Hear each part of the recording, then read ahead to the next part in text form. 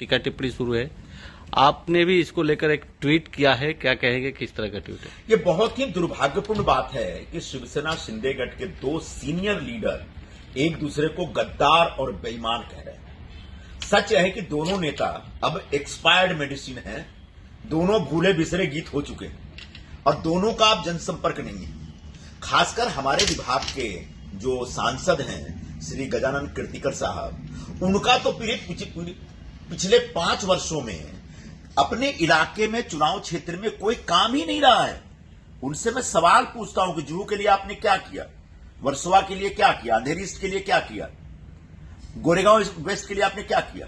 दिंडोसी क्षेत्र में शायद आप रहते हैं, लेकिन उस विभाग में इसी साल इतनी भयंकर आगजनी हुई थी, 500-700 लोग मतलब जब उनके झोपड़े जल गए थे और उस क्षेत्र में एक बार भी विजिट नहीं किया।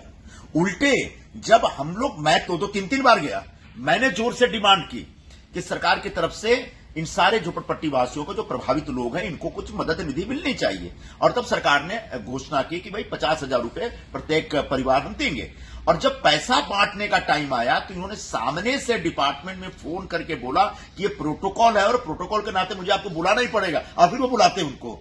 तो एक ऐसे कीर्तिकर साहब, जिनके प्रति मेरे मन में बहुत सम्मान है, इज्जत है, मेरे सीनियर रहे हैं शिवसेना में, वो, उनके बारे में इतना ही कहना चाहूंगा कि अगर पूरे देश में सबसे निष्क्रिय खासदार का कोई सर्वे हुआ तो हमारे कीर्तिकर जी 1 नंबर पे आएंगे इस पूरे उपलब्धि के लिए। तो ऐसे निष्क्रिय खासदार, निष्क्रिय सांसद श्रीमान गजानन कीर्तिकर जी अब चुनाव का ये जो सपना देख रहे हैं वो छोड़ दें, क्योंकि मैं नहीं, यहां के लोग कह रहे हैं कि हमको कीर्तिकर इस बार नहीं चाहिए। उनकी पार्टी के कार्यकर्ता कह रहे हैं कि कुछ भी हो जाए इस बार कीर्तिकर हमको नहीं चाहिए। तो ऐसे में कीर्तिकर साहब ससम्मान एक संन्यास ले लें तो बेहतर होगा। लेकिन उन्होंने आपको कहा है कि आउट ऑफ एक्सपायर माल कौन है, इलेक्शन आने दो, पता चल जाएगा संजय ने। हाँ, तो जब चुनाव आएगा तो पता सबसे पहले ये चलेगा कि ये उतर रहे हैं क्या, क्योंकि जहां तक मुझे लग रहा है कि इनकी पार्टी इनके पक्ष में नहीं है।